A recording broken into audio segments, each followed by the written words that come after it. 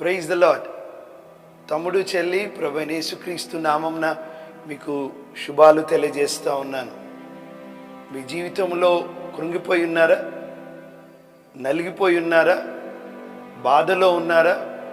భవిష్యత్ గురించిన భయంలో బ్రతుకుతున్నారా? లేదా ఇతరుల చేతిలో మోసపోయారా?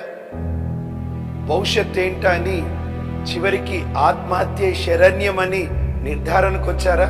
ఆగు. ఈ నెల 26వ తేదీన ఉదయం 9 గంటల నుండి మీ కొరకు చంద్రాయన్గుట్ట క్రాస్ రోడ్లో ఓమర్ గుల్షన్ ఫంక్షన్ హాల్లో దేవుడు యవనస్తుల కొరకి ఒక చక్కని కూడికను ఏర్పాటు చేశాడు.